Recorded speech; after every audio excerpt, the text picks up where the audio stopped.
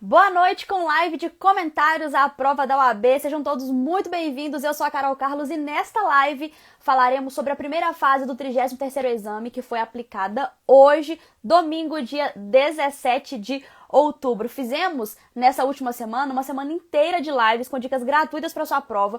Ontem, dia 16, tivemos o Hora H, que foi sensacional. Inclusive, nossos professores acertaram várias questões da prova. Quem fez tá de prova, pode comentar aqui. E hoje, claro, faremos essa live para comentar essa prova com vocês. Afinal, estamos juntos, de mãos dadas, até a aprovação, juntos sempre. Vou conversar aqui hoje com o nosso time de professores sobre essa primeira fase. E enquanto eu fixo aqui nos comentários o tema da nossa live, eu vou te pedir para enviar essa live para o seu amigo ou para sua amiga que fez a prova, porque assim a gente consegue compartilhar esse conhecimento. Combinado? Pessoal, nossos professores vão falar sobre as questões da prova, de cada disciplina, e vão comentar, será que tem recurso? Cabe recurso aqui? Quais são as questões mais controversas dessa prova? A gente vai falar sobre tudo isso hoje, tá bom? Vou fixar aqui nos comentários, comentando a prova da OAB. Fixei. Oi Lorena, oi Bruno, oi Cleverton, João, Mari Pena, Eduardo, todo mundo entrando aqui na nossa live pra gente bater esse papo super bacana. E pra gente começar, porque aqui as nossas lives são direto ao ponto, eu já vou chamar aqui os nossos professores pra gente começar esse bate-papo. Vamos começar aqui então com Renatinha Abreu, que já está aqui com a gente, já enviei a solicitação de conversar. E também Cristiano Campidelli, para falar pra gente de constitucional, Renatinha, e processo penal. Renatinha Abreu, tudo bem?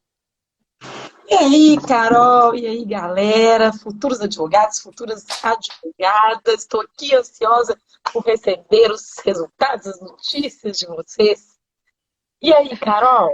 É isso. Inclusive, pessoal, enquanto a gente conversa aqui, deixem aqui no chat pra gente como é que vocês foram na prova, como acharam, né? Se o nível da prova foi, assim, difícil, foi tranquilo, como é que vocês foram aí nessa primeira fase. Renatinha, conta pra gente, como é que foi a prova, quais foram suas percepções sobre as questões, estava tudo dentro do padrão, tudo dentro do que você imaginava mesmo? Conta pra gente como é que foi aí.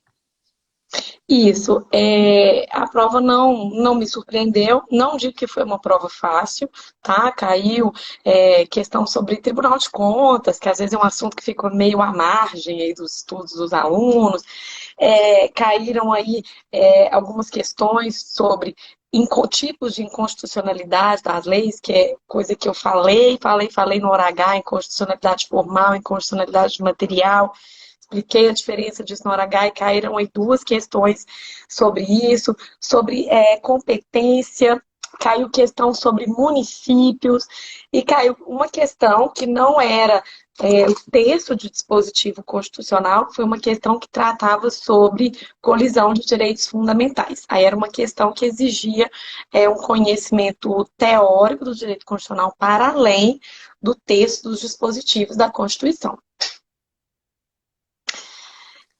Excelente. Ia falar? Pode falar. Não, Já ia te deu um interromper. delay aqui, diga. Não, Deu deu um delay, certinho? diga. Não, deu para te Certo. escutar perfeitamente. Então, você acha que a prova estava dentro do que você esperava? Não foi fácil, mas a Não prova foi foi fácil. equilibrada. Alguém falou aqui que a prova foi equilibrada. Deixa eu voltar aqui nos comentários. A Natália falou, a prova foi mais equilibrada que a anterior. Teve essa mesma percepção? Sim. A prova da OAB, da primeira fase, ela da segunda também, ela não tem me surpreendido, não, sabe? A gente sabe as Uhum. tendências de cobrança mesmo, às vezes caem alguns pontos assim, da Constituição que a gente esquece de estudar na prova passada, que é uma questão sobre índios. E eu falei sobre índios no hora. Sim, foi Agora, mesmo, foi mesmo. o Tribunal de Contas, às vezes o pessoal, né, deixa aí de estudar alguns dispositivos. A OAB, nessa prova, não cobrou nenhuma questão sobre ordem social, que ela vem cobrando aí há vários exames consecutivos, ordem social, tanto que caiu índios, né? Então, assim, a Sim, prova em geral não me surpreende. Acho a prova da OAB em constitucional uma prova boa, uma prova honesta, não uma prova fácil, né? A prova da sim. OAB, a gente sabe que ela não é para amadores. Mas achei Verdade. legal a Sempre, prova. sempre muito extensa, né? Com muitos casos concretos, como sempre. A FGV é uma banca que cobra muitos casos mesmo. E, Renato, tinha É. alguma possibilidade de recurso, assim? Você viu alguma coisa nesse sentido aí? Analisando a Não, prova, gabarito? Não, a priori não, meu gabarito bateu com o gabarito oficial, não percebi aqui, a gente faz uma análise um pouco rápida, né, que a gente tem que vir aqui comentar com os Uhum. alunos, posso depois, sentar, depois refletir melhor sobre isso, mas a princípio não verifiquei nenhuma questão em que haveria, por exemplo, uma duplicidade de gabaritos, ou que o gabarito apontado estivesse um pouco impróprio, não percebi nada disso. Para mim, a prova está ok, sem recursos inicialmente. Excelente. Cristiano Campinelli, Olá, boa noite! tudo bem? Saudade de você, Campi! Pois é, Rê. Muito tempo que a gente não se encontra, né? Que saudade de você também. Pessoal, você sabia que quando eu fui fazer a segunda etapa da OAB, eu fiz em penal, olha aí, Campi. A minha segunda Tá Penal? prova foi vendo? Tá vendo? porque na Você é um minha época não exemplo aí existia. que penal é excelente. É porque na minha época só existia a segunda fase de penal, civil e direito do trabalho. Só existia Foi essas Ah, por isso. três. tá. Foi por isso. É o que Não, tem mas é porque eu mais. gosto de penal.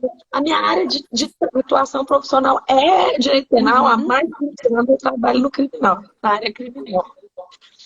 E Excelente. acaba que o penal tem muita relação com o constitucional, né? Tem tudo a Sim, eu e ver, Camp penal e temos constitucional. palestras juntos, né, Camp? Nós já gravamos aulas no YouTube interdisciplinar. Estou com saudade, estou com saudade, estou com Pois saudade. é, vamos Hoje em repetir, dia, vamos posso lá. falar dessa prova, porque eu gosto dessa prova da OAB demais. Posso falar das questões? Camp, fica aqui comigo. Ó, não vou ficar lendo questão não, tá, gente?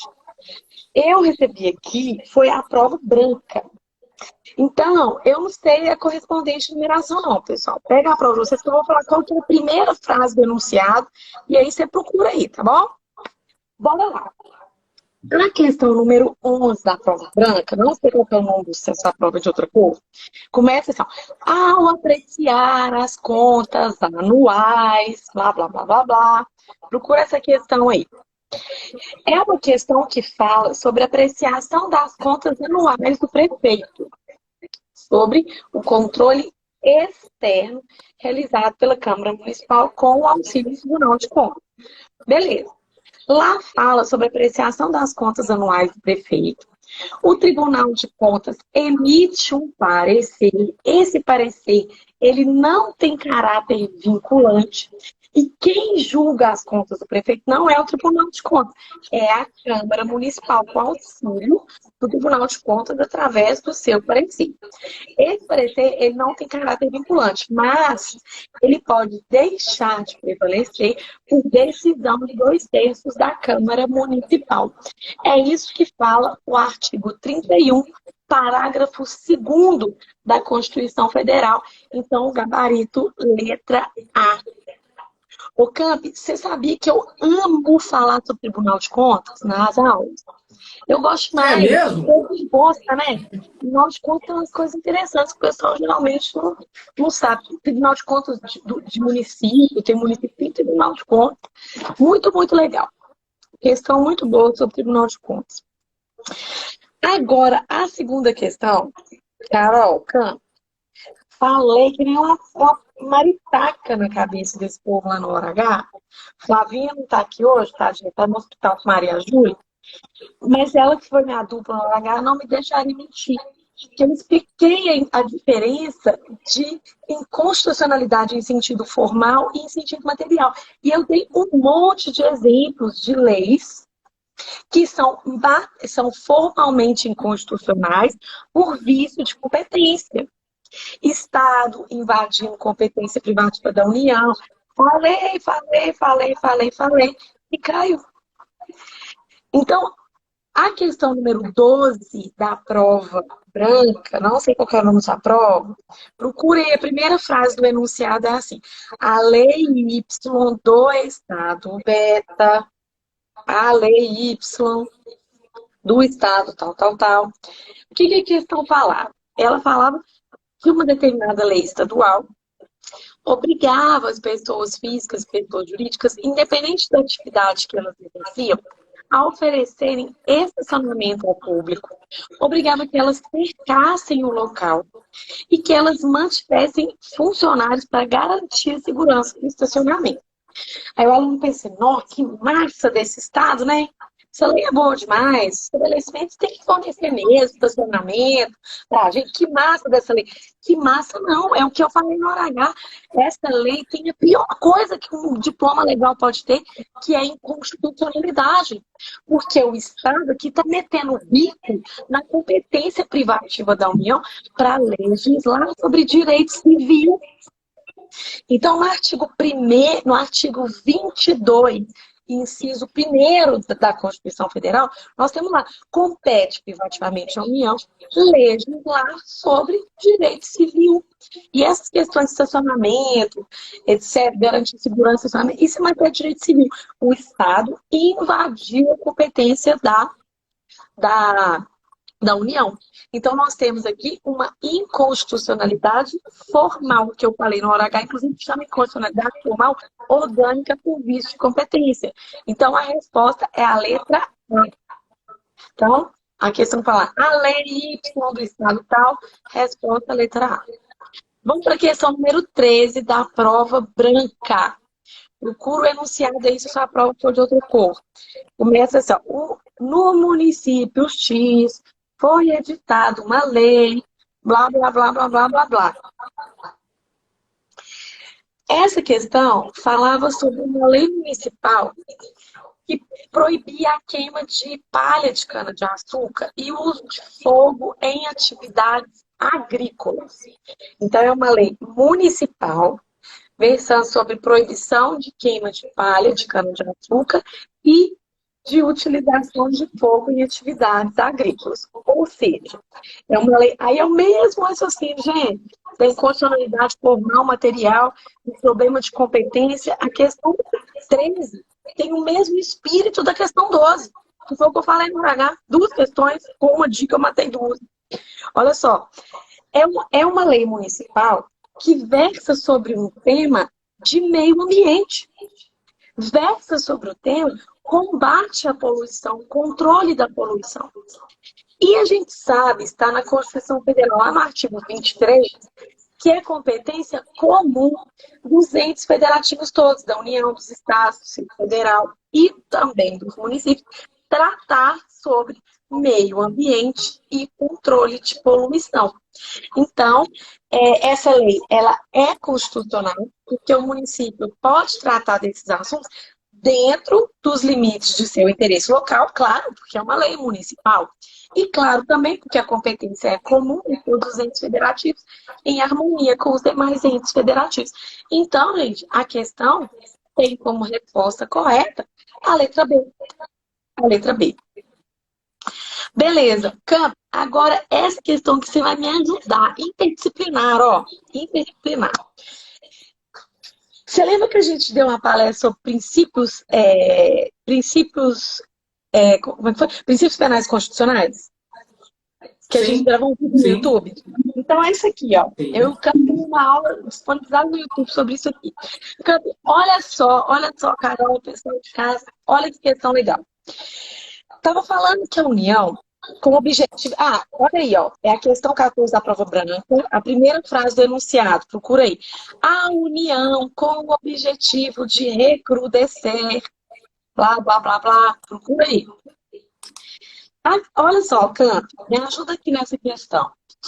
Olha só, fala que a União criou uma lei falando que as penas de prestação de serviço à comunidade numa determinada situação lá que o enunciado trouxe, ela poderia se comunicar aos parentes do condenado. Olha só, Canto. Então, nós temos uma lei federal que tinha o objetivo de recrudescer, né, a criminalidade naquela localidade, que falou que a pena de prestação de serviço da comunidade, numa situação específica, poderia se comunicar aos parentes do condenado. Essa lei, essa questão, também tem o mesmo espírito das duas anteriores. Com a minha dica do H, eu matei 3 questões. De novo, sobre inconstitucionalidade formal e material. Esta lei, formalmente falando, ela está ok. Porque ela é uma lei, uma norma que versa sobre direito penal compete privativamente à União legislar sobre direito penal. Então, tá beleza. Formalmente falando, ela é constitucional. O problema dela aqui é um vício de conteúdo. Violou qual princípio da Constituição, Campo? Bom, nós temos a Constituição muito clara, né, Rê? Dizendo que a pena não passará da pessoa do condenado. Não Não é isso? passará da pessoa do condenado. Claro, muito claro. Isso, inclusive, além de ser um princípio constitucional, isso também está lá quando a gente estuda, né? Quando a gente está estudando a questão da ação penal, né? A gente estuda a questão da legitimidade passiva, a gente estuda a questão da intranscendência, ou seja, a pena não passará da pessoa do condenado. Então, essa norma, Campos, você concorda comigo que ela violou o artigo 5º, inciso 45 da Constituição? O problema é um problema de conteúdo. Então, formalmente falando, ela é constitucional, porque é uma norma editada pela União. Era a União mesmo que tinha que editar, porque ela trata de direito penal. Mas ela tem um vício de conteúdo. Então, ela é materialmente inconstitucional. 3 questões, matei com uma dica. Chupa essa manga, Brasil. Vamos lá. Então, a letra D. Letra D. Vamos para a próxima questão. Questão número 15 da prova branca. Questão número 15 da prova branca começa com a seguinte frase, procura aí se a sua prova for de outra cor. O município alfa, situado no estado beta. Primeira frase é município alfa, tal.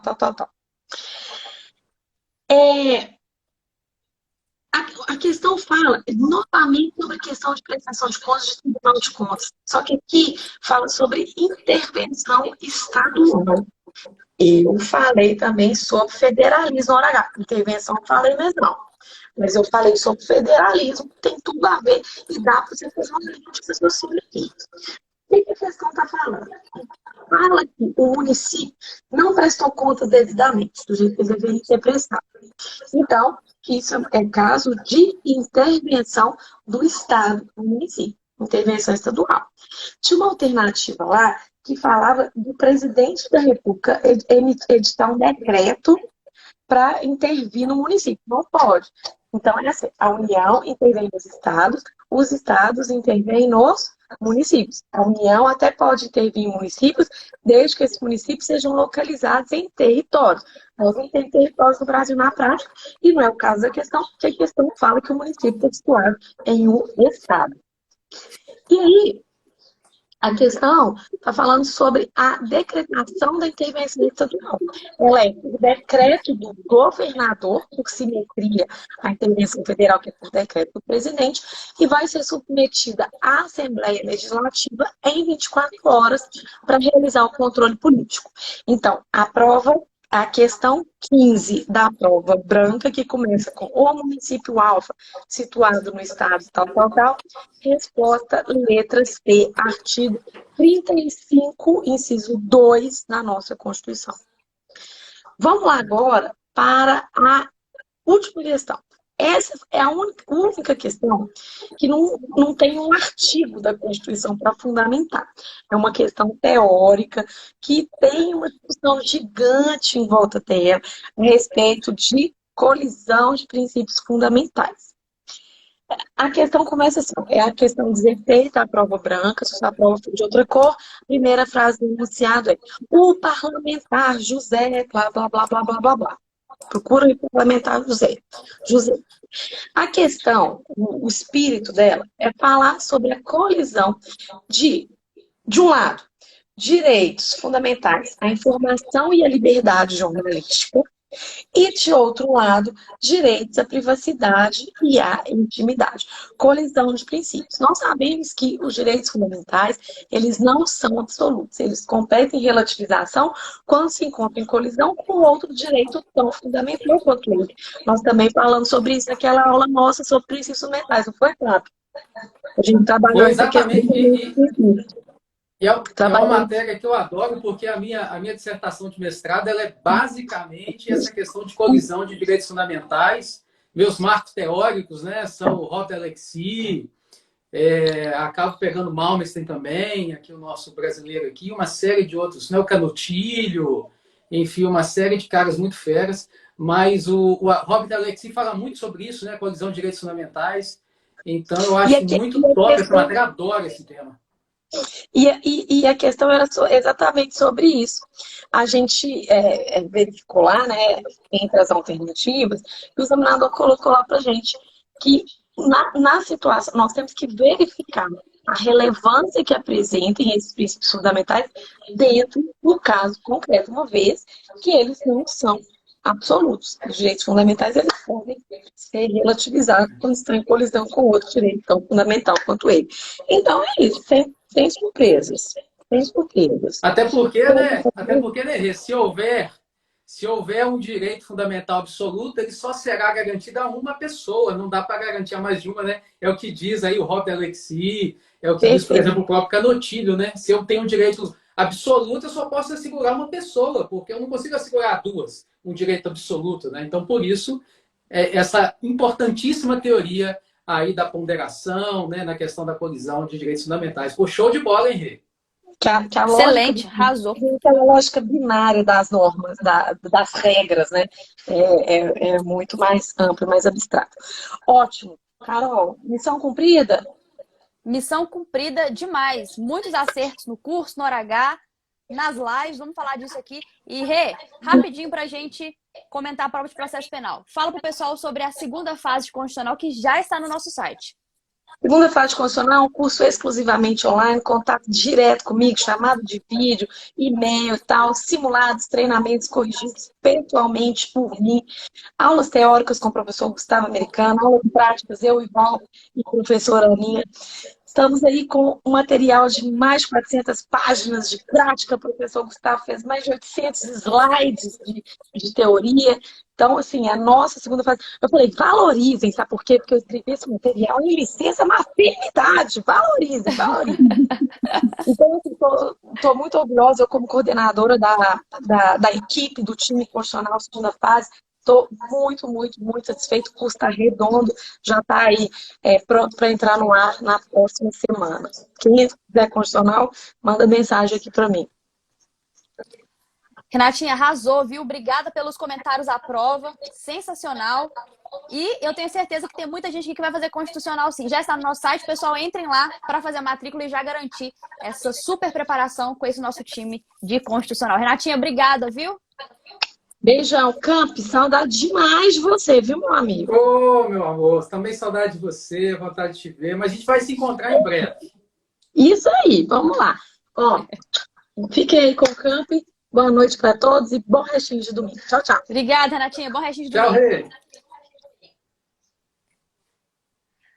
Cristiano Campidélio, o que temos em processo penal? Conta pra gente suas percepções da prova, o que os nossos alunos podem extrair aí dessa sua análise de gabarito também. Conta pra gente.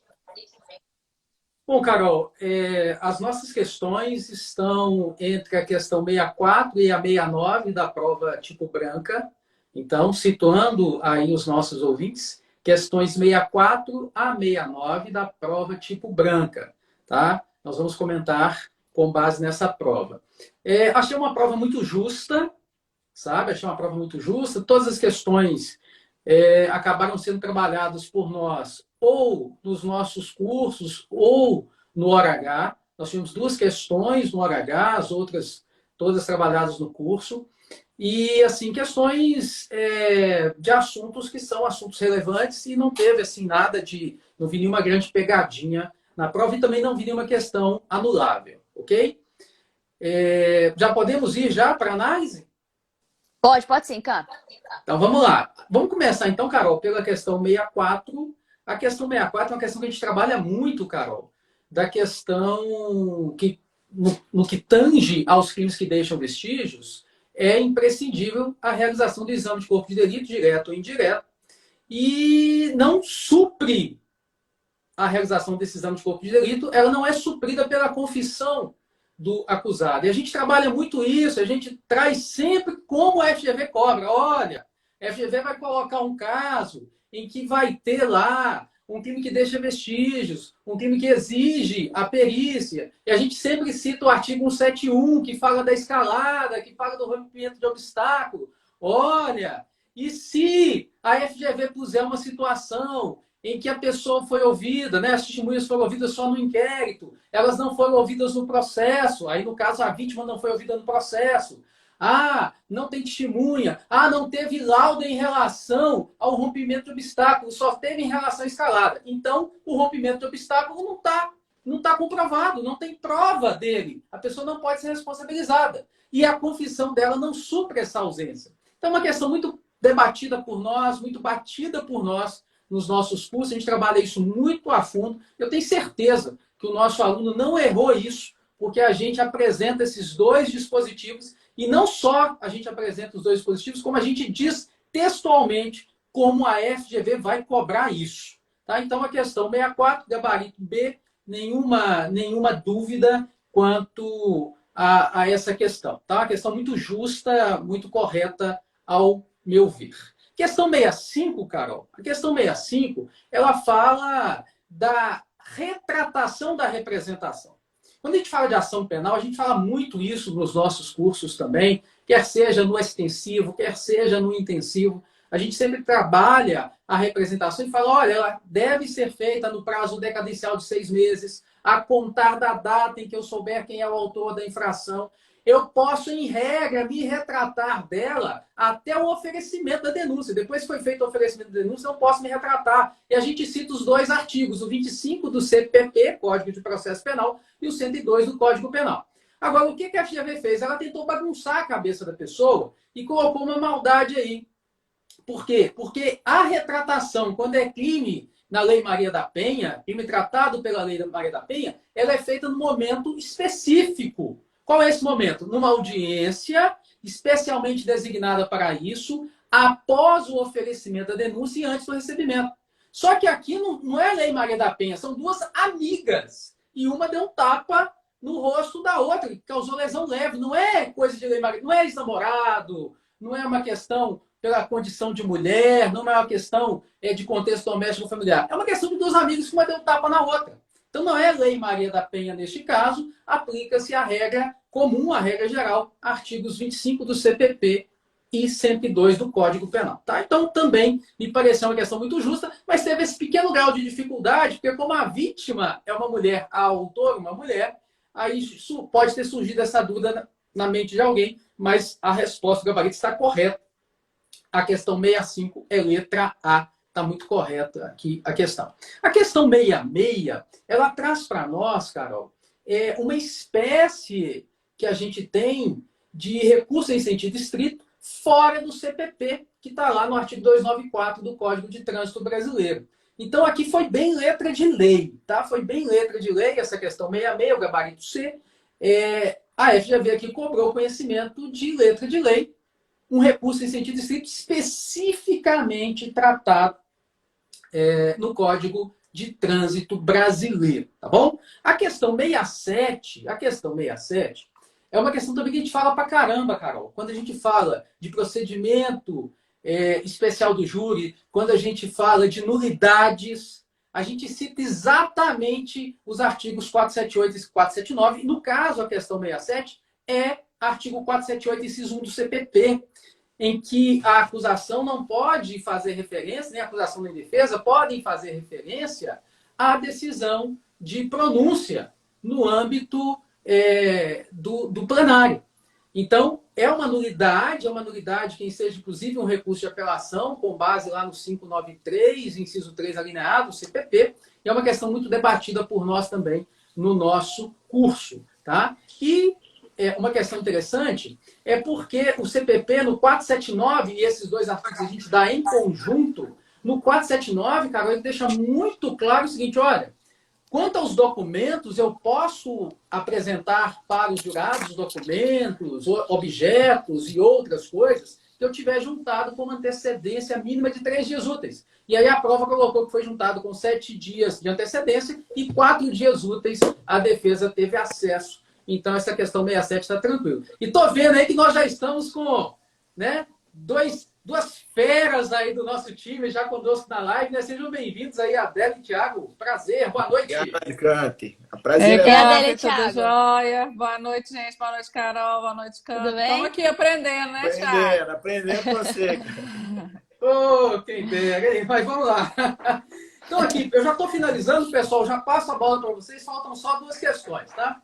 Então, assim, a questão 68, Carol, a questão 68 foi nosso tema número 5 no Hora H, né? A gente falou lá do agravo de execução ou agravo de execução, que é o recurso cabível contra a decisão do juiz da execução penal.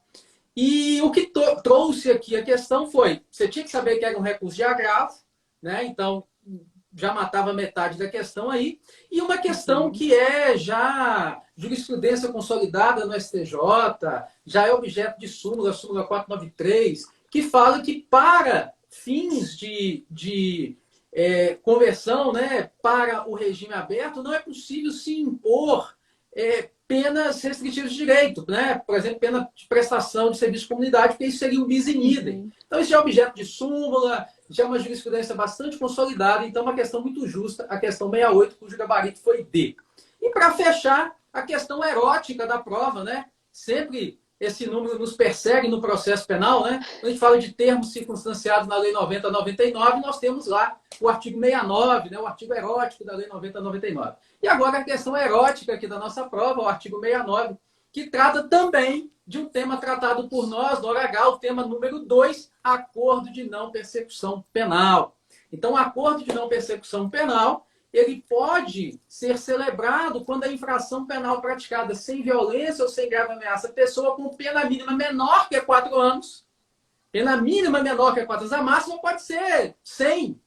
Não vai ser 100 porque não vai ter no Código Penal, né? Mas a pena mínima é que interessa. A pena mínima tem que ser menor do que 4 anos. Eles puseram um caso de pena mínima de 3 anos. Ou seja, pena mínima de 3 anos é menor do que 4. Então, cabe o ANPP. E aí tinha um pequeno grau de dificuldade, que era o seguinte, olha, o ANPP pode ser celebrado desde que a pessoa não tenha, nos últimos 5 anos, tido alguns benefícios, como, por exemplo, a suspensão condicional do processo. E, no caso, a suspensão condicional do processo foi há 8 anos. Então, não impedia o ANPP, uma questão também dada por nós no nosso Hora H, o nosso tema de número 2. Então, processo penal, uma prova muito justa, uma prova muito correta, e tenho certeza que os nossos alunos foram muito bem. Excelente. E sem possibilidade de recurso, né? Como você falou aí no início. Na minha humilde opinião, sem possibilidade de recurso. Excelente, Camp. Excelentes comentários à prova. Como já falei no início, desde o início estou falando isso aqui. Professores do time Supremo acertaram questões no Hora H, no curso também. E, Camp, para a gente terminar, segunda fase, conta pra gente como é que vai funcionar. Carol, segunda fase de penal, né? Aquela delícia, né? Porque é o nosso quarteto fantástico. É o nosso quarteto fantástico, né? Comigo, com o professor Murilo em legislação especial, com o Chiquinho em penal, com o Rafa na nossa parte prática, né? Então, uma segunda fase muito rica, uma segunda fase muito completa, e a gente traz aí um conhecimento absolutamente necessário para a aprovação e para a vida profissional dos nossos alunos, então, também. Então, assim, quem quiser vir com a gente será muito bem-vindo, né? A gente está à disposição, esse quarteto fantástico já joga junto há algum tempo, e a gente está com muita vontade de levar vocês, de ir com vocês de mãos dadas até a aprovação. É isso, esse é o nosso lema sempre, né, Camp? Obrigada, viu, pela participação, pelos comentários, foram sensacionais. Obrigada pela participação na nossa semana, no nosso Hora H, e esperamos todos na segunda fase de penal, então. Valeu, beijo, boa noite. Valeu, Camp. Alô, Camp, abração, até mais. Tchau. E aí, dupla, tudo certo? E aí, gente, tudo bem, Thiago? Tudo bem, Carol? Tudo jóia? Bora? Tudo jóia. Quero Carol, saber de vocês como é que foi a prova. Já, Tô curiosa já até pra mandei saber. mensagem, já até mandei mensagem para você e pro Thiago, falei com o Thiago que eu tô precisando jogar na Mega Sena. Só acertar a prova do AB tá muito bom, mas eu tô precisando acertar na Mega Sena. Lembre-se da gente. Tudo, né? A prova de processo do trabalho Foi uma prova tranquila. Achei foi uma prova previsível, literalmente. Mas foi uma prova tranquila. E depois nós vamos conversar um pouquinho sobre as questões, né?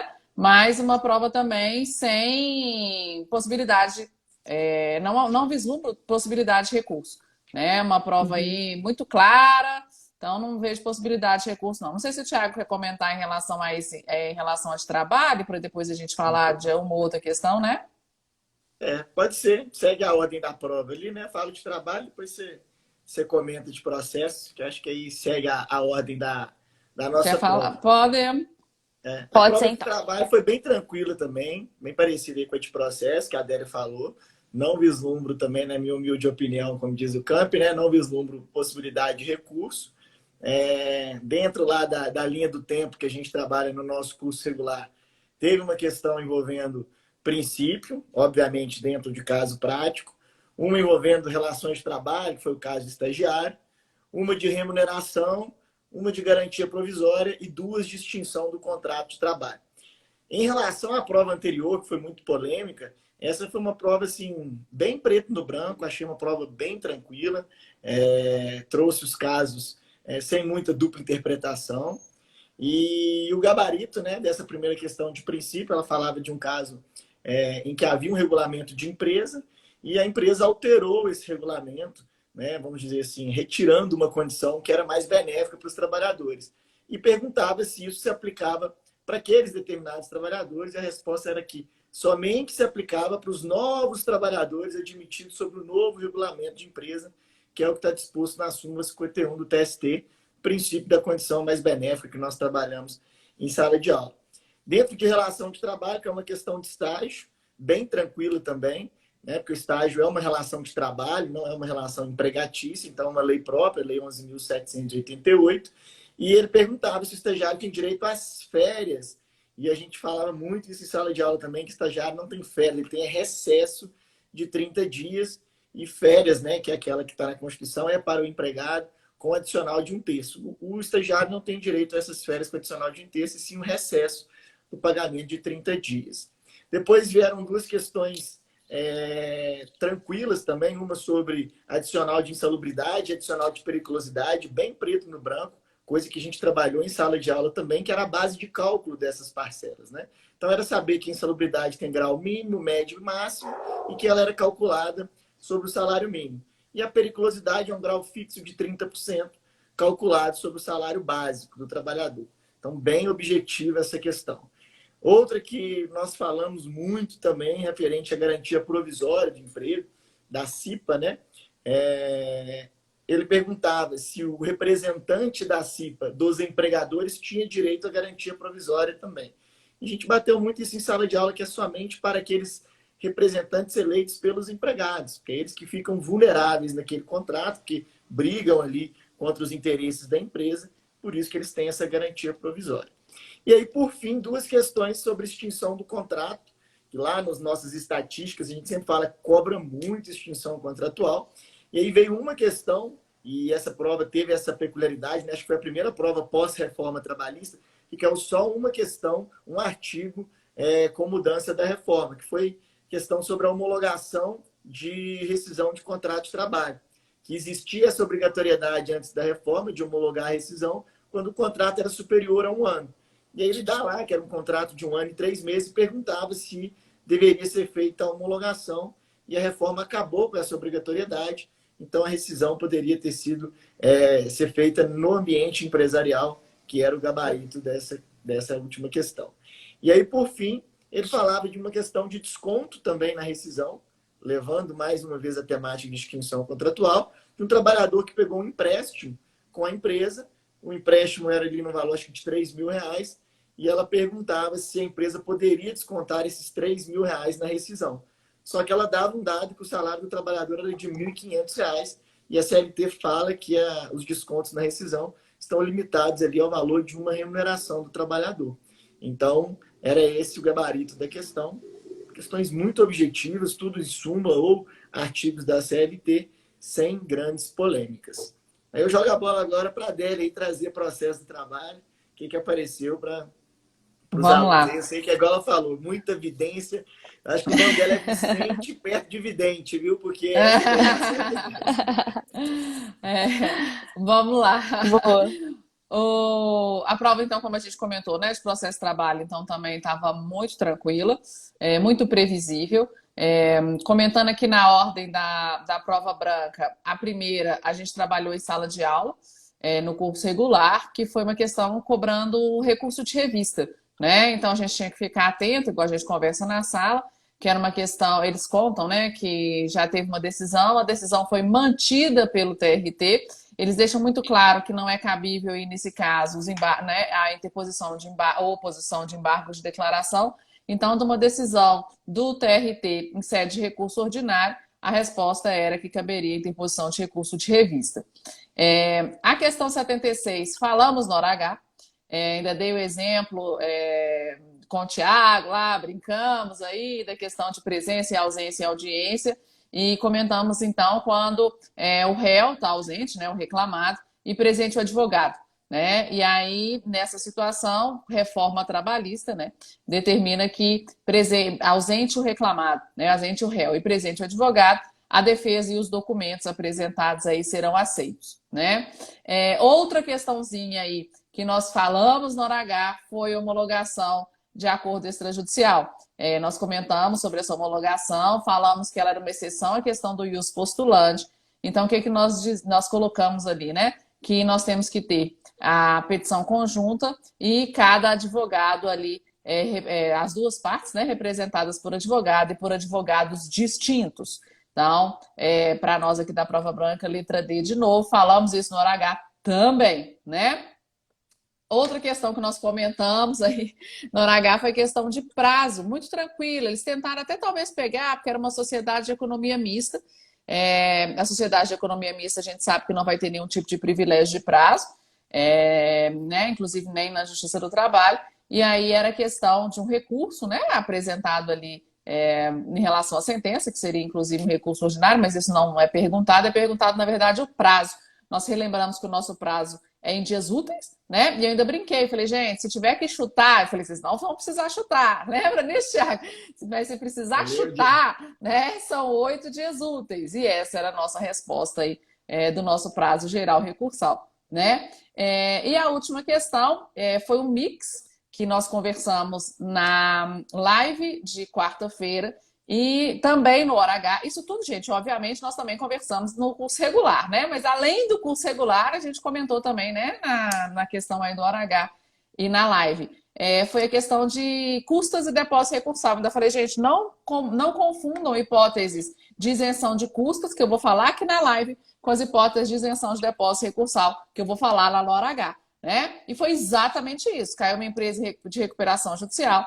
A empresa de recuperação judicial, ela não tem a isenção das custas, mas ela tem a isenção do depósito recursal. E era exatamente essa a resposta aí da questão 80 da prova, né? Uma prova, processo de trabalho muito tranquilo aí, não vejo aí o gabarito super ok, não vejo aí possibilidade aí de recurso. Foi uma prova, inclusive, mais a cara FGV do que a última. A última, a gente acertou bastante coisa, mas eles colocaram algumas situaçõezinhas ali um pouquinho diferentes aí do típico da FGV. Essa não, essa foi uma prova típica aí de primeira fase de OAB, muito tranquila aí, tenho certeza que quem assistiu aí a nossa live, quem assistiu aí o nosso hora H, né, Thiago, tenho certeza que se deu muito bem aí. Com certeza, com certeza. Obrigado, e nós falamos Carol. Nós falamos na semana OAB, pessoal. Assistam essas lives porque serão dicas certeiras para a prova, além das dicas do hora H que serão diferentes. Então, quem estudou com a gente nessa última semana e também nesse período todo nos nossos cursos, se deu muito, muito bem. E eu agradeço demais vocês, nossa dupla, por mais essa live, por mais essa parceria. E antes de a gente terminar, quero que vocês digam para o pessoal que está assistindo a gente como é que vai ser o nosso curso, a nossa segunda fase em trabalho. Sim, estamos esperando vocês aí na nossa segunda fase aí. E aí, Eduardo, na nossa segunda fase aí de trabalho, né? Estamos aí, eu e o Thiago, com o trabalho e processo de trabalho. O Thiago faz uma revisão bacanérrima aí com vocês em relação ao direito material, eu fico com a parte das peças e o processo, e nós dois corrigimos aí individualmente os simulados de vocês também. Né? Então, da última vez nós fizemos aí um trabalho super bacana, um retorno ótimo também, né, Thiago? Em relação aos alunos aí, né, que fizeram. E estamos aguardando vocês aí, muitas questões, muitos arquivos lá para vocês para treinar, muitas dicas, e pegando a matéria inteira, todas as possibilidades de peça, né, e sempre à disposição, né, Thiago? Estamos sempre aí à disposição de vocês. Tenho certeza aí que vocês vão arrasar, gente. Contando ainda com a evidência da Adélia, né, Adélia? Não pode deixar Gente, da última vez no simulado, vocês não vão acreditar. No simulado tinha a preliminar, foi uma contestação, foi a contestação na segunda fase, tinha a preliminar que caiu na segunda fase e tinha o cargo ou função de confiança que caiu na segunda. Eu não sei se eu consigo tanta coisa de novo, não, mas que nós arrebentamos. Vocês arrebentam sempre, gente. Carol, muito obrigado. A pena ter que sair agora, porque eu tô vendo que quem tá entrando aí é meu grande mestre de todos, Chiquinho, o cara que mais me ensina dentro da sala dos professores ali. É sempre um Olha prazer. só. E na raiva a gente trocar uma ideia ali, né, Chiquinho? Até parece. Eu aprendo muito com as nossas trocas, com os nossos papos também naquela sala. E, primeiramente, bom dia, boa tarde, boa noite, boa madrugada, ouvintes do Supremo. Se eu não começar com o meu bordão, eu tenho certeza que a Carol vai puxar a minha orelha. Tem que começar sempre com esse bordão, gente. Tem que começar. Adélia, Thiago. Beijo pra vocês, gente. Estão em ótimas mãos aí. Beijo. Beijo. Tchau. E aí, Chiquinho, meu co-host, como é que tá? Tudo bem? Como é que foi a prova de... E aí, Carol? Conta pra gente. Tudo bem? Pois então, primeiramente um abraço para todo mundo que fez essa prova, que está confiante, recebi alguns feedbacks bastante positivos. Carol, seguindo de certa maneira a tendência que eu já percebi aqui nos meus professores, eu percebo que a prova não impressionou, não fugiu muito daquilo que a FGV normalmente cobra, mas ênfase no muito, né? Acho que alguns temas que a gente sempre espera acabaram não caindo, como, por exemplo, lei penal no tempo, lei penal no espaço, ou questões mais voltadas para as excludentes de licitude ou de culpabilidade, que são temas que são muito caros, tanto as atualizações do advogado, né? A atualização legislativa do advogado, que é algo, obviamente, muito importante, quanto para aqueles fundamentos absolutórios das principais peças da advocacia criminal. Por isso a gente sempre espera algo que esteja tangenciando a lei penal no tempo, a lei penal no espaço e as excludentes de licitude e culpabilidade. Essas matérias não foram contempladas. Porém, as questões não fogem tanto assim daquilo que a FGV costuma normalmente cobrar. Não houve a cobrança de nenhuma lei penal especial obscura e nem nada assim. Eu vou começar comentando aqui algumas questões. Quem está aqui com a prova tipo 1 na OAB, no gabarito oficial, a questão 58 fala de Félix, que com dolo de matar mandou uma granada e matou seus 2 vizinhos. E a resposta correta é que o crime foi praticado em concurso formal impróprio, e que a aplicação de pena se dá nesse contexto no cúmulo material de penas. Concordo perfeitamente com o gabarito. Concurso formal impróprio ocorre quando, através de uma só ação, pratica-se 2 ou mais crimes com desígnios autônomos entre as infrações. Foi exatamente o que aconteceu. Na questão 59, fala-se que o Augusto havia sido condenado por perturbação da tranquilidade, que é uma contravenção penal, e depois do trânsito em julgado dessa condenação, praticou o crime de estupro.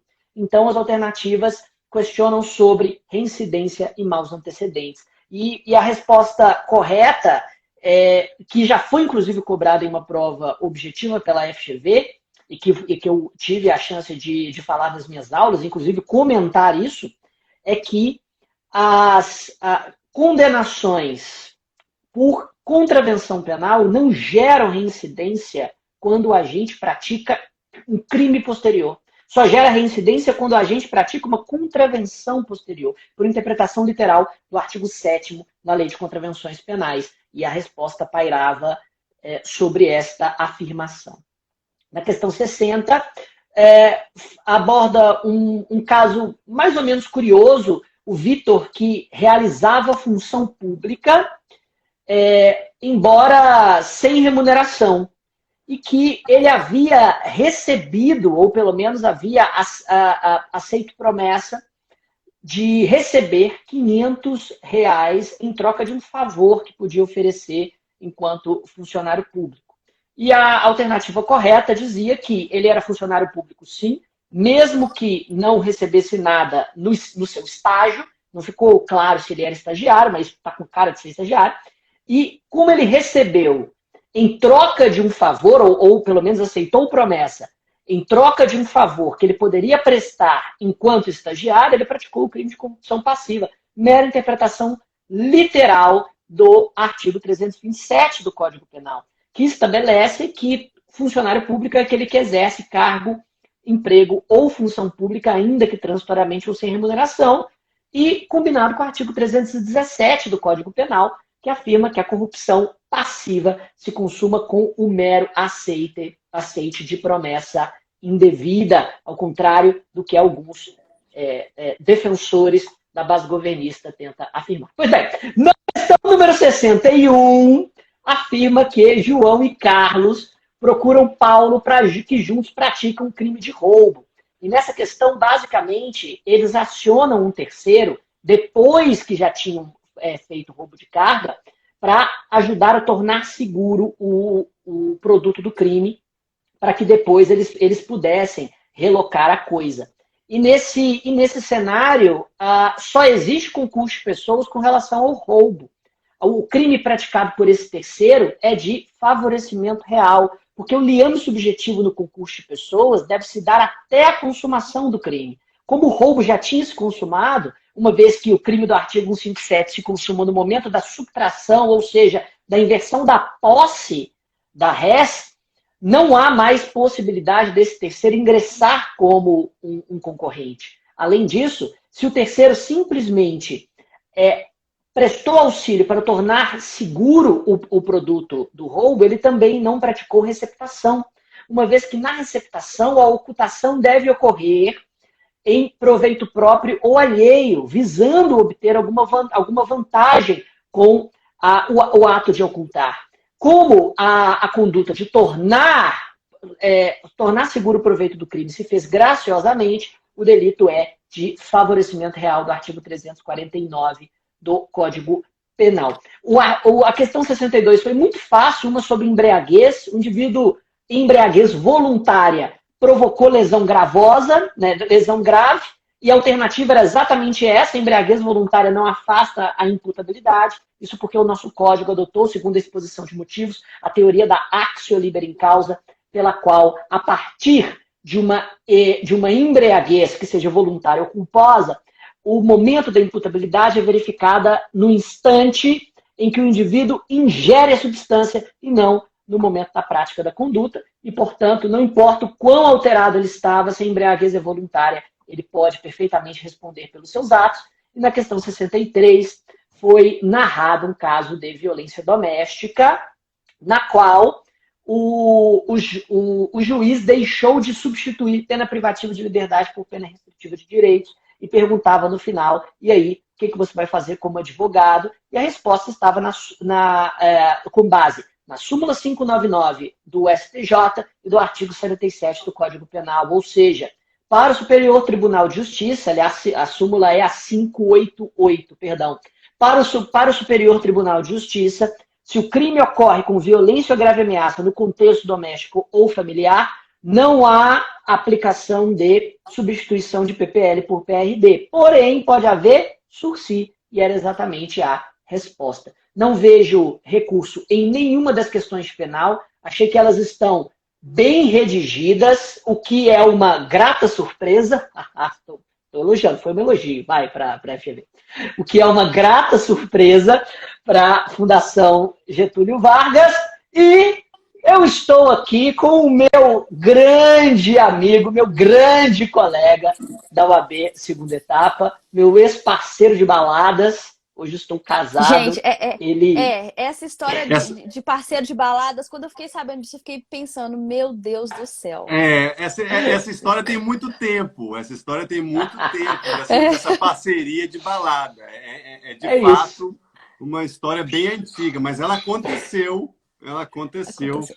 com a participação Foi, de outros agentes, né? Teve concurso de pessoas, né, teve. Chiquinho? Nossa, Então, muito concurso. Era concurso de pessoas a dar com pau, mas enfim. Mas Depois vou a gente quer deixar na exposed imaginação de disso. vocês. A gente quer exposed disso. Mas, Chiquinho, aproveita então a sua dupla e fala pra gente como é que é a segunda fase de penal. O Camp já falou, e agora eu gostaria que vocês dois falassem mais um pouquinho para quem tem interesse em fazer a segunda fase com o É Quarteto isso. Fantástico. É isso aí, nossa segunda fase de penal. O nosso Rafael Moura aqui, um advogado criminalista há mais de uma década em Minas Gerais, fazendo grande fortuna com a advocacia criminal, consegue lecionar todas as peças com perfeição didática e, ao mesmo tempo, perfeita fundamentação teórica. Eu fico com o direito penal, o nosso Cristiano Campidelli com o processo penal.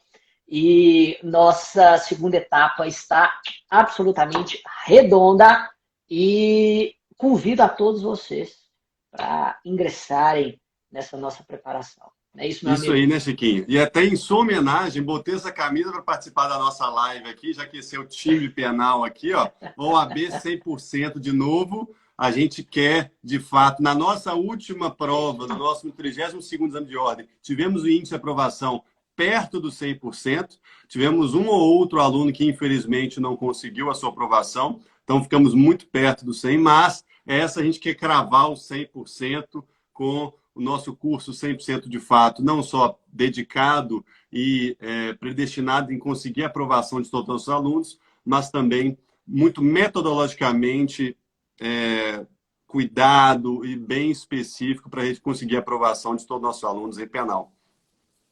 Sendo isso que, aí. conforme o nosso Chiquinho trabalhou aí, Chiquinho em penal, eu em prática penal, Camp em processo, o Chiquinho e o Murilo também em legislação especial. Então, eu tenho certeza que o time está completo aí, juntamente com o nosso braço direito, braço esquerdo, nosso querido Bruno Rodrigues, dando toda a assessoria para o nosso alunado em penal. Então, o time está completo aí e serão todos muito bem-vindos. É isso aí. Isso aí, dupla. Vamos lá, né? Obrigada demais, viu, Chiquinho? Meu co-host do Supremo Cast. Esperamos todos vocês na segunda Valeu. fase em penal. Já está no site. Corram para já garantir sua matrícula e para já começar essa preparação. É De uma isso vez. aí. É isso aí. Agradeço a todos pelo oitivo, agradeço o meu parceiro de segunda etapa. E agora a palavra é sua para falar sobre a prova de ética. Então vamos lá. Muito obrigado. Vamos lá, pessoal. Valeu, Chiquinho. Passo aqui para deixar um abraço para o presidente. O presidente aí acabou de comentar aí sobre a live, o querido Carlos Vinha, também um grande amigo Isso. meu, professor, André Soares, grande amigo, advogado, também professor. Então vamos lá, pessoal. Prova de Ô, ética. Rafa, antes, Ah, deixa eu só fazer um comentário aqui. A Gil, tô tentando achar ela aqui para saber o sobrenome. Ela comentou aqui, ó, Gil Santana, passei graças ao Supremo, graças a Deus ao Supremo. Gil, Graças obrigada a pelo Deus. comentário, viu?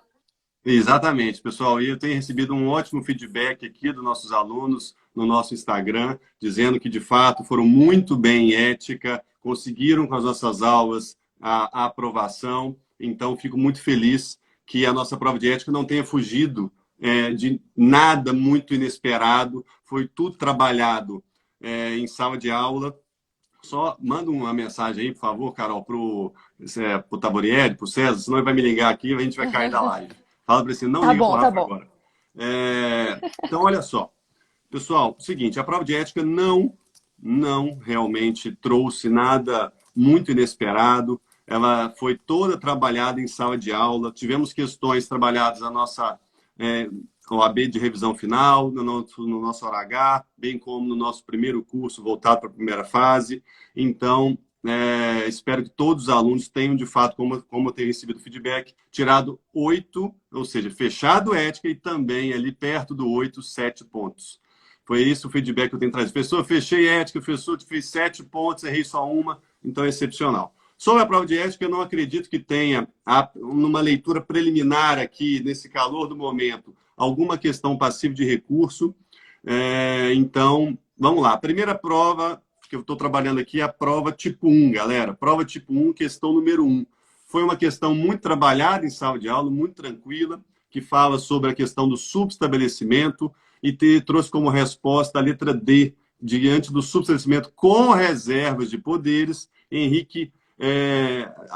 poderes a Henrique, este não poderá cobrar honorário sem intervenção de Gabriel. É o que está descrito no artigo 26 do Estatuto da OAB. Só teve uma grande pegadinha nessa questão número 1, que ela poderia ser entendida como resposta também a letra B, que fala o seguinte: diante do subestabelecimento com reserva de poderes, Henrique deverá ajustar antecipadamente os honorários com Bruno. Não! O advogado subestabelecido, ele estabelece os honorários com o subestabelecente, ou seja, com o advogado anterior. Então tem que tomar muito cuidado com isso, e não diretamente com o cliente. O cliente não tem responsabilidade com o eventual subestabelecimento com reserva de poderes. Então, gabarito letra D, conforme o artigo 26 do Estatuto da OAB. A questão número 2, questão também super trabalhada nos nossos cursos, em que foi o tema publicidade.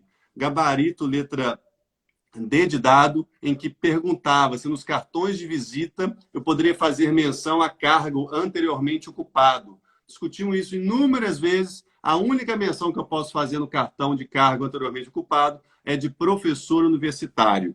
Então, o gabarito está de ok aqui, com o esperado, gabarito letra D, sem nenhum comentário de anulação.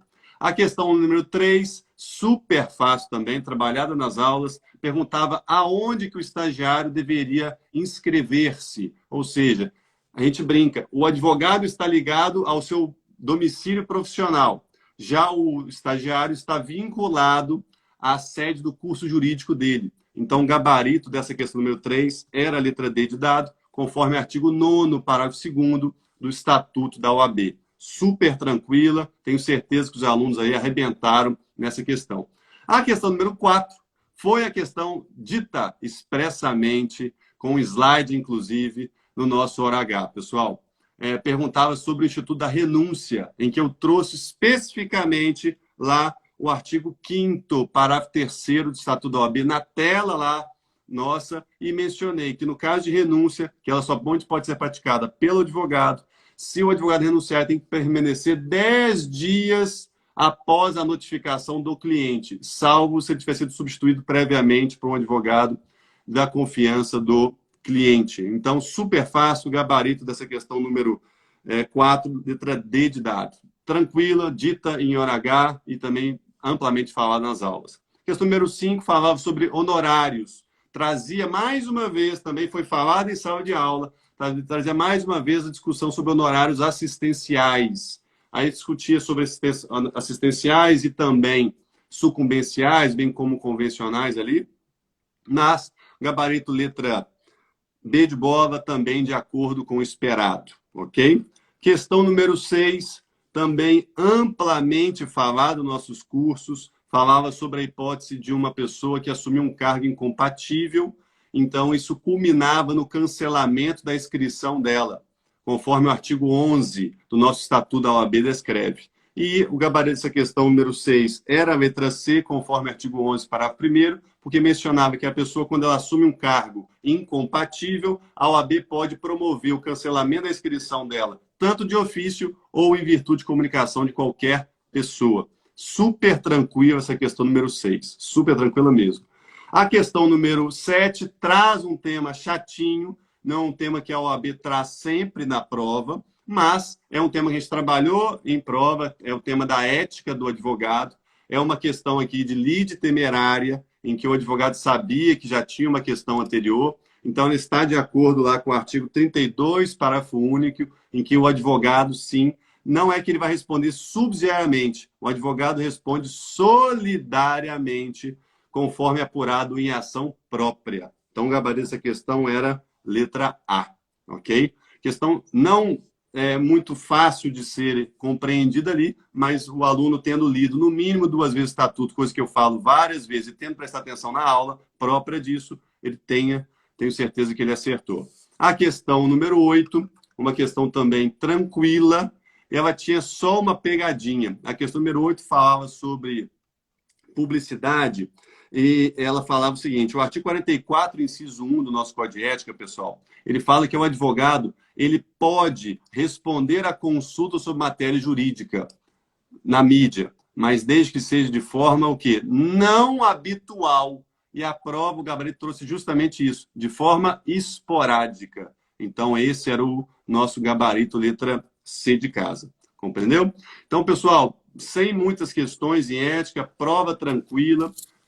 Então, corresponde aí com o conteúdo lecionado, em que nossos alunos têm, de fato, gabaritado, e muitos feedbacks muito positivos, em que culminaram na aprovação. Tem um aluno ou outro ali, professor, fechei ética, fiz 7 em ética, estou precisando de um ponto, será que é anulação? Aí falou, isso depende do time. Eu acredito inicialmente que em ética não tenha nenhuma questão passiva de recurso, mas o time penal aí, o time de processo trabalho, todo o time de tributário aí, todo o time de professores supremos está analisando a prova e a gente vai aguardar para ver se vai ter alguma manifestação sobre anulação. Por enquanto, na minha matéria ainda não. O Chiquinho mencionou que também não tem nenhuma questão, nem como o Campideri, que eu prestei atenção. O time de trabalho também, eu acho que não mencionou nada, né, diferente disso. Então, a gente tem que aguardar a manifestação dos outros professores para a gente saber se é possível uma anulação ou não. É importante compreender que esse exame não corresponderá, possivelmente, pelo que eu estou analisando pelos professores aqui, de uma prova igual ao exame anterior, de 5 anulações. Não podemos contar com isso. Aquilo foi completamente fora da curva.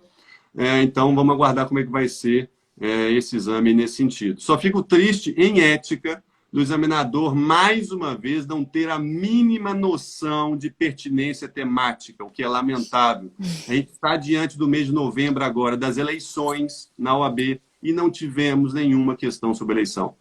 Infelizmente, é uma vergonha. A OAB tem que prestar atenção na pertinência temática de alguns temas para com a prova. E isso não aconteceu mais Era um uma super vez. tema para ser cobrado, né? Poxa vida, as eleições agora na segunda quinzena de novembro, super tema que poderia ser trabalhado, super discutido essa aquecido. prova, em voga, mas infelizmente a OAB não quis. Então, É isso. mas espero que todos os alunos consigam aprovação, espero todos no time de penal. Passo a palavra ao meu amigo aí, para trabalhar o tema dele, e tenho certeza que ele tem conteúdo para debater com os senhores aí a partir desse momento. Rafa, obrigada, viu? Muita gente comentando aqui no chat pessoal, que gabaritou a disciplina, o pessoal falando de 7 e tal. Então, obrigada mesmo aí pelo comprometimento com a nossa turma, com o nosso hora H, com a live da Semana OAB, com a live de hoje. Obrigada pela parceria de sempre, viu? Tamo junto, pessoal. Um Tamo grande junto. abraço. A palavra é sua, meu amigo. Até mais. Tchau, tchau. Tchau, tchau. Valeu, prazer em vê-lo. Professor Paulo Márcio, boa noite, tudo bem? Como é que vão as coisas por aí? Tudo jóia, Carol. Tudo ótimo, graças a Deus. Boa noite. Bom estar aqui com você, com esse timaço supremo, aí com os nossos alunos. Muita ansiedade. E as questões de direito internacional, graças a Deus, trabalhadas detalhadamente no nosso curso regular. E também tivemos a oportunidade de desenvolvê-las no hora H. Não veio muita surpresa. Essa questão que o professor Rafael falou, da pertinência temática, realmente, né, que a gente pega aqui de direito internacional, ampla repercussão pós-Covid, vacina, vistos, mas mesmo assim tivemos 2 questões, uma sobre vistos, né, como nós já havíamos trabalhado, e a outra super tradicional, está sempre lá, eu faço questão de dizer, costumo até brincar, falar, se não cair uma questão de elemento de conexão e competência internacional, eu paro de dar aula. Então, felizmente caiu mais uma vez. E já antecipando, tá, Carol? Não vejo, em princípio, possibilidade de recurso. Estou vendo aqui no gabarito preliminar, a questão 20, uma questão que trata a respeito de imigração, da lei de imigração, sobre visto, né, o gabarito letra C, em que um cidadão norte-americano, desejoso de vir aqui ao Brasil para visitar um filho maior de idade, que mora com a mãe, e ele pretende permanecer no país só por até 10 dias. Então, vejamos, vai ter a necessidade da obtenção do visto, sim. E você vai lembrar, inclusive, falamos na nossa live, visto é expectativa Sim. de direito. Nós falamos isso, não quer Exatamente, foi tema da live. isso mesmo, não está gravado, né? Quem quiser até lá no YouTube conferir, né? ou até mesmo no perfil do Supremo, vai ver que nós falamos isso. Então, não existe esse direito subjetivo mesmo tendo visto. E tem uma outra particularidade também, lá no artigo 45, insisto, no artigo 45 da Lei de Imigração, que trata das hipóteses de impedimento de ingresso. Então, vejamos, mesmo que o estrangeiro tenha o visto para ingressar no Brasil, o seu ingresso poderá ser impedido, nos casos de que? De haver condenação, artigo 45, inciso 3º, condenação ou estar respondendo a processo em outro país por crime doloso, passível de extradição, de acordo com a legislação nacional. Então vejamos a resposta do gabarito, letra C, lá fundamentada, infelizmente, não é mais uma questão de conhecer profundamente o texto da lei, mas isso consta do gabarito. Então, de acordo aqui com o gabarito preliminar, e a questão seguinte, deixa eu pegar aqui, a 21, eu estou vendo aqui da prova do caderno tipo 1, uma questão envolvendo também um estrangeiro, né, residente em outro país, mas que participou da construção de 2 imóveis lá em Florianópolis e ele adquiriu apartamentos nesses imóveis. E acontece que ele faleceu. E a questão, ela faz uma salada de frutas aqui, misturando nacionalidade norte-americana, brasileira, suíça, e enfim, e teve um falecimento trágico na Alemanha. E queria saber, em respeito das questões envolvendo a competência internacional em matéria processual do Código de Processo Civil, qual seria a competência? Gabarito também, letra C, com base lá no artigo 23, inciso 2º do Código de Processo Civil, que trata de uma das hipóteses de competência exclusiva da autoridade judiciária brasileira, ou seja, não se admite que a ação, por exemplo, como trata aqui da questão, sucessão hereditária, a partilha dos bens e também pelo fato de, a partir dos bens situados aqui no Brasil, a competência exclusiva da jurisdição brasileira, lá no artigo 23, inciso 2º. Então, questões que podemos falar sem nenhuma surpresa, sem maiores dificuldades, nada daqueles pontos detalhistas de tratados internacionais altamente específicos. Podemos falar sim, né, com tranquilidade, que foram questões fáceis e principalmente que os nossos alunos do Supremo não devem ter tido maiores dificuldades, eis que todos os temas tratados de modo verticalizado, seja no curso regular e também no nosso HH. Ok? Excelente. Inclusive, tem vários comentários aqui no chat, o pessoal falando que passou, que foi aprovado. Inclusive, deixa eu resgatar aqui, a Iesca, que faz parte do time Supremo, que trabalha com a gente, a Iesca Lucas, falou: o HH foi essencial, falou que foi aprovada. A Iesca, parabéns a todos que foram aprovados, que estão comentando aqui com a gente. E só antes de passar a palavra para o professor Romeu, muita gente perguntando sobre recursos. Pessoal, por enquanto, o time Supremo está dizendo que foi uma prova muito justa.